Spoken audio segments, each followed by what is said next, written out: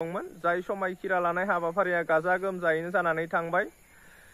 बेहाय गोबां रायजो राजाफोरा दाब दाब जायगानिफ्राय नुजाथिफैनो हादों आरो गोबां अखाबो हादों। बे अखा हानायखौ अखा हानाय होननानै दा सान लोगोफोर जायखिजाया UPPL सरकारनि पापखौ सुस्रांनायसो होननानै साननानै लादो नोंथांमोना।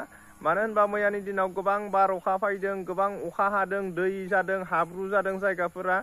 UPPL सरकारा थांनाय 5 बोसोराव बेखौ ओरैबायदि गाग्लिनानै मैला खालामनानै सुवा सुथि खालामनानै दोन्दोंमोन, बेफोरखौ साफा बुस्रांलांजोबदो आरो सुस्र'जोबदो।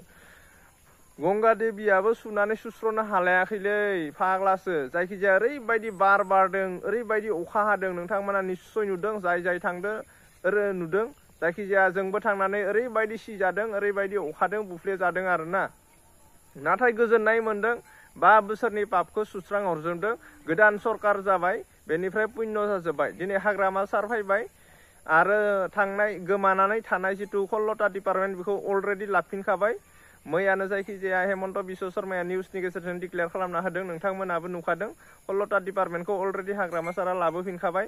आरो हेमन्त बिश्व शर्मा सारा, आसामनि मिनिस्टार हेमन्त बिश्व शर्मा सारा मा बुंलांखो नोंथांमोना जानांगौ भिडिअ नुखाबाय अलरेडि। लोगोफोर जेबो टेनसन लानायनि खोथा गैया। UPPLनिफोरा गोबां बान सावनानै जायखिजाया जोंखौ मा होनो गाज्रि कमेन्ट खालामनो हायो आरोना। गाज्रि स्टेटास लगायनो हागौ UPPLनिफोरा। सोरबा BJPनो EM होदो, GM होदो, बेफोरबायदि गोबां स्टेटास लगायगासिनो दं। बेफोर गासैबो नंखाय। नोंथांमोना बेफोरखौ फोथायनो नाङा। हाग्रामा सारनि सरकार जाबाय, बे 5 बोसोराव जेबो सिन्था खालामनायनि खोथा गैया। आरो 5 बोसोर नङा, हाग्रामा सारा 15 बोसोर रायजो खुंनो थांगासिनो दं नोंथांमोन। बेखिनियानो दिनैनि मोनसे आपडेट। भिडिअखौ नायनानै गोजोननाय मोनदोंबा चेनेलखौ साबस्क्राइब खालामनानै होलां। नोंथांमोननि चेनेलखौ साबस्क्राइब खालामनायनि जोबोद गोनांथि दं। बायदिसिना गासैबो सरकारनि फुल आपडेटफोरखौ बे चेनेलाव मोननो हागोन।